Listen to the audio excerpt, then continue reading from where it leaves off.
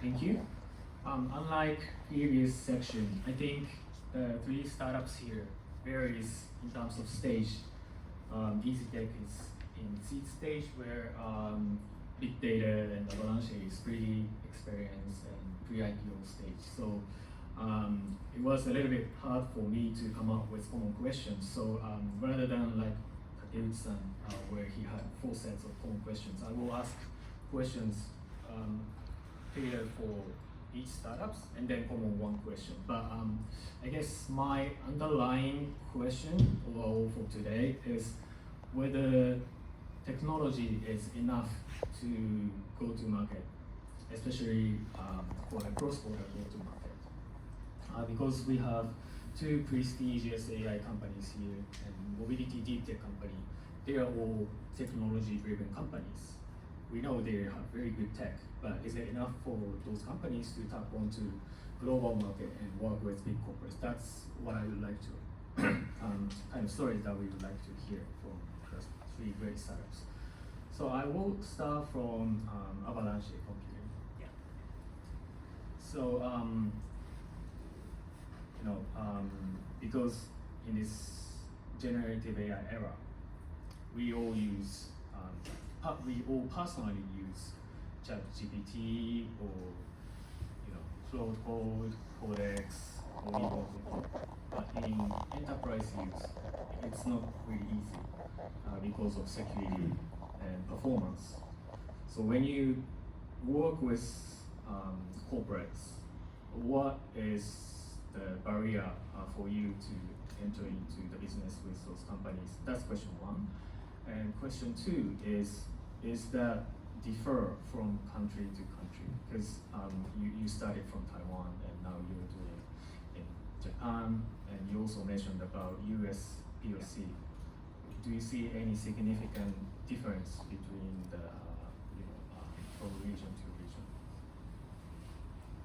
Okay, the first question is how the company they will adoption new technology. I think the first point is also the trust. So like a new start to bring a new technology to a huge enterprise is very hard. So how we build a trust? One way we join so many global events and such like a huge exhibition show like CES, NVIDIA GTC, and to show we are under the certification such like we are NVIDIA software partner, and to help them to know, oh, this company is real company, not just a liar or others. It's the first one, and the second one is if we want to collaboration with a huge enterprise, we should know your customer. So we will do so many speech or as a casual talk to them. Not just the first day I want to sell my product to them. Yeah, we should know more about them. Yeah, and I think it's the one way to help them to build a trust. And the second one way is not such like in Japan, many huge enterprises are global group company. Maybe we don't first contact the parent company. Maybe we can separate it to tier 1, tier 2, tier 3, and cooperate with the tier 3 company first. And the tier 3 company will directly help us to adoption the new technology into the group. Yeah. How about the difference between like US, Taiwan, Japan? Do you see any difference for the corporates to apply new technology? Yeah. In America, especially in Silicon Valley, the speed is more more higher than Japan, but it's a different culture. In Japan, if we can build a trust, and I think the relationship is very strong, and our customer they will say, I hope you can do very well, and I don't want to change our provider. But in America, they were more, we just try, and if a new one is just such like the OpenAI, and everyone want to change to Claude code now. The product royalty is not higher than Japan. Yeah. So for creating the product royalty, I guess having a solid tech is a big portion of it. But apart from that, do you see any particular important aspect of gaining trust from Japanese corporates?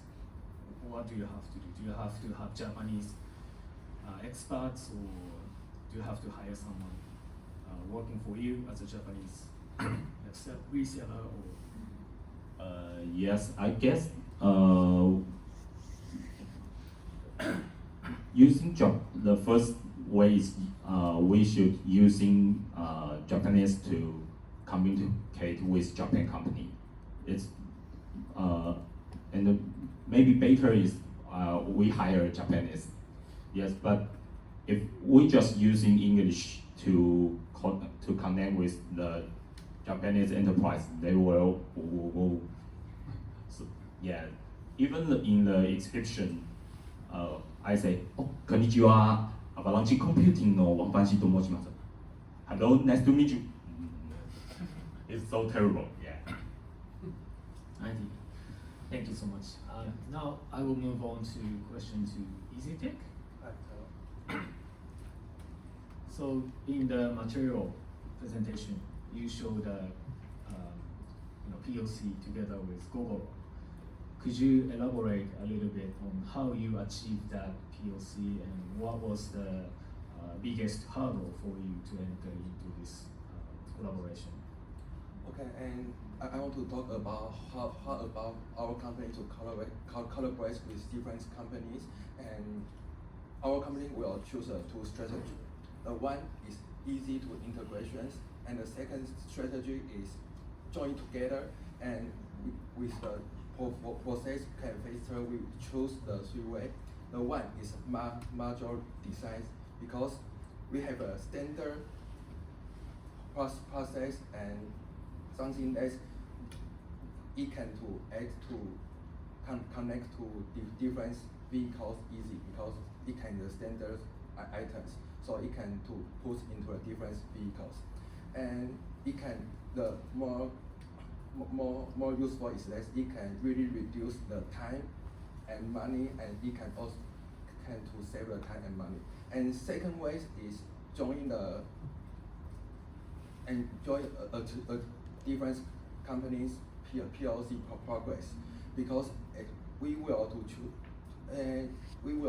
choose the very early stage. We will to join the different companies investment, and to join the different companies technical team, and we will to revise our products through their based on their real operating condition, and will to revise our products and moreover.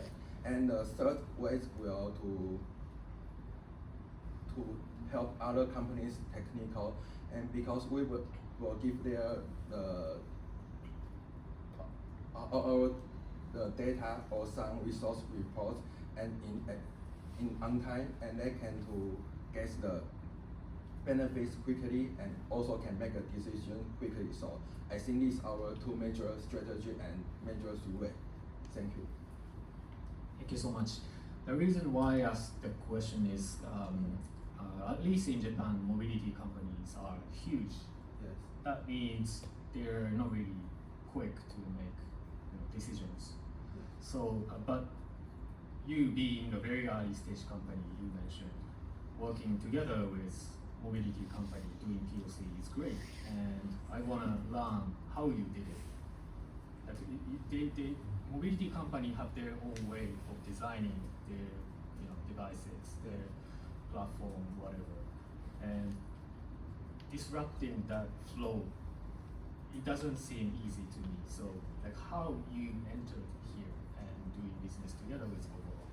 Oh yes, of course, because when we collaborate with a big company and it's get the data in instance, so at first we will collaborate with a small company, and when we product is successful and we will to provide to the Google suite, and maybe we will just use just only the small text, and to our product is add on, and you will not change Google's product too much, and so they have Google's absorber structure have an original product, and we just add a small product to engine, and it can to enhance their efficiency. So it's not change a lot, and can to try for a few months and get the data, and can enhance the distance range, and maybe we will to go the next stage.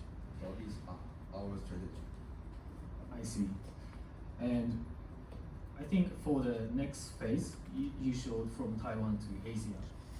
And which part of Asia are you looking in particular? Do you think Japan could be your next market after Taiwan? Yes, of course. And next year we really want to join to the Japan first.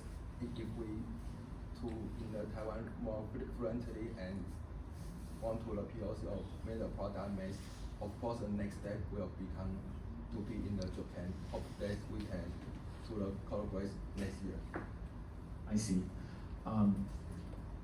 Have you already talked with any Japanese mobility companies? If so, do you see any difference between Google or Taiwanese mobility company and Japanese ones? Because we are just a startup company, and we our company is just start out the next year August, so we just focus on the Taiwan's market. So we haven't to contact the Japanese company. So it's our next year step. So it is our first time to come to Japan.